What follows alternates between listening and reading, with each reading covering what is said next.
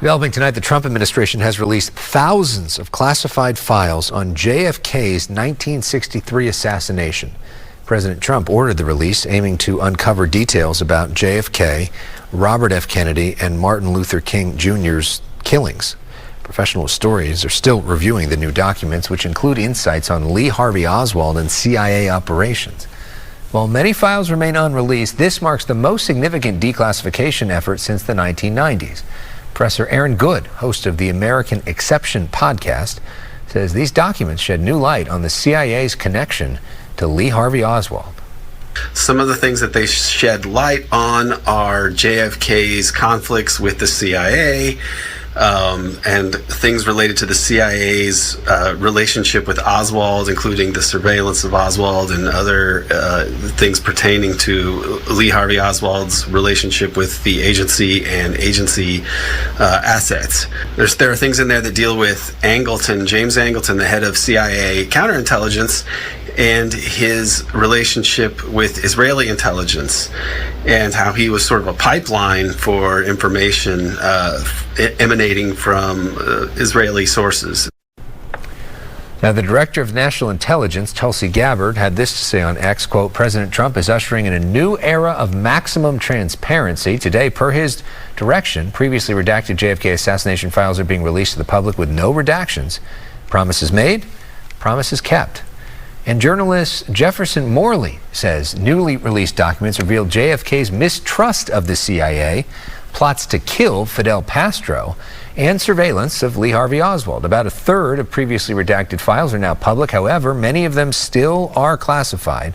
Morley, who is author of The Ghost and editor of JFK Facts on Substack, continues to push for full transparency. You can access most of these now online through the National Archives website. There are still some that have not been released because they are in the process of being digitized, so those will be available later. And then there are some that we just can't see because they're under court seal at the moment, and it's not clear when those would ever be lifted. And so we're waiting to see on those fronts. But by and large, this was a campaign promise made by President Trump, and how they're describing it is as a campaign promise kept. I was actually traveling with Trump while he was campaigning in Arizona the day that Robert F. Kennedy Jr. endorsed him, and it was then that he made the announcement that he would, if elected, release all of these files. And you may remember in the early days of his administration, one of the earliest executive orders he signed was to release these files along with the files from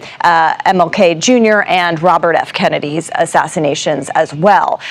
So as you mentioned, we had a whole team here at CBS going through these documents, and they're really, honestly, sometimes difficult to read. These are scanned in documents. Some of them are handwritten notes. It's difficult to read and decipher some. The thousands of files just made public by Justice Department officials detail a legion of Central Intelligence Agency assets who were working on behalf of the U.S. in Cuba and around the world, and the schemes, chicanery, and spy mastering they were trained to undertake. The administration had been involved in trying to overthrow the Castro government. It had been involved in various plots for assassinations, South Vietnam being the most dramatic example of that.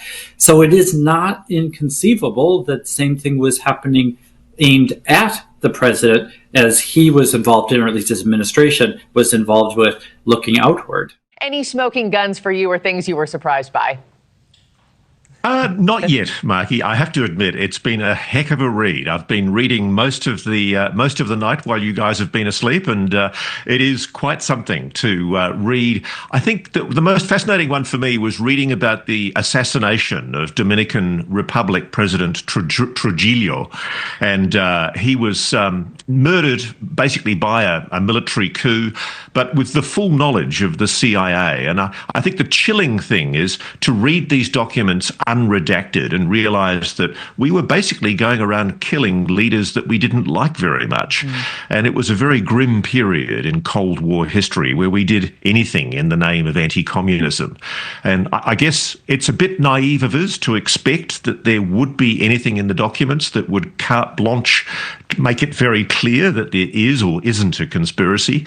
I don't think anybody who had any intention to kill the president would have set it out in black and white. But what does come through in the documents very, very clearly is that when Oswald visited Mexico City in September prior to the assassination in 1963, the CIA had an enormous presence in Mexico City, and it really does strain credulity that they didn't have eyes on what he was up to, if indeed he was an assassin. Yeah.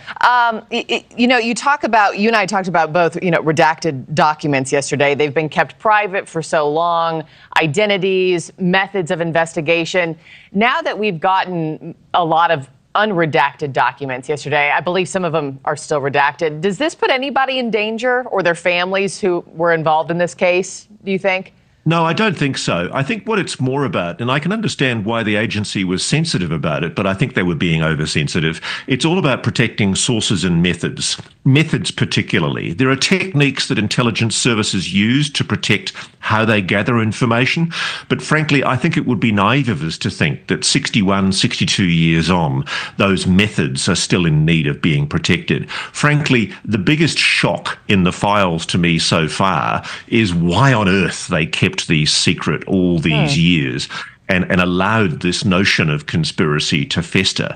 I still do think there was a conspiracy, by the way. I just don't think we're going to find it in the files. Yeah. Lastly, I have a few seconds left. What does this do for the conspiracy theorists out there? Is this case closed for them, Ross, or no, they'll always have questions? No, not at all. No, just because it's not written down on paper doesn't mean that the evidence doesn't point to more than one shooter. And the evidence is beginning to make it very clear that there were multiple shooters, probably 3 shooters. And I think eventually that's going to have to be admitted. It's just not going to come out of this release of these files. Yeah, we'll see what the remaining 30,000 have in store for us today. The day after the assassination, Gary Underhill left Washington in a hurry. Late in the evening, he showed up at the home of friends in New Jersey. He was very agitated.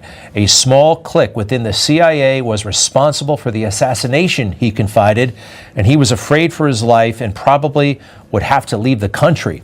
Less than 6 months later, Underhill was found dead, shot to death in his Washington, D.C. apartment. The coroner ruled it a suicide. J. Garrett Underhill had been an intelligence agent during World War II and was a recognized authority on limited warfare and small arms. He was also on intimate terms with a number of high-ranking CIA officials, arms dealer, broker, all this stuff. Clients. He actually bought equipment from the same place where Lee Harvey Oswald bought the rifle. This is good and very interesting. We also have this. It might be a crank letter that purports to be from John F. Kennedy Jr. sent to the U.S. Capitol, and it says, Dear Senator Biden, you are a traitor. Signed, John F. Kennedy, and it's actually it's sent from an address in Massachusetts where he may or may not have had property. 8,000 documents. We got to take our time with this, connect the dots, needle in the haystack. Can't just put it in ChatGPT and hope for the best. There's stuff that I think they're going to find, and maybe, probably shouldn't, but one interpretation says that the CIA and the FBI were actively monitoring and that they have record of a phone call placed by Oswald to the Soviet embassy in Mexico where he said the job is still on. Now, this is a summary based on the documents, and a lot of things are coming at us fast and furious, so we're not going to be able to process this fully for a while, but it's a huge step in the right direction. All we had until now, well, we had a lot, including the Zapruder film.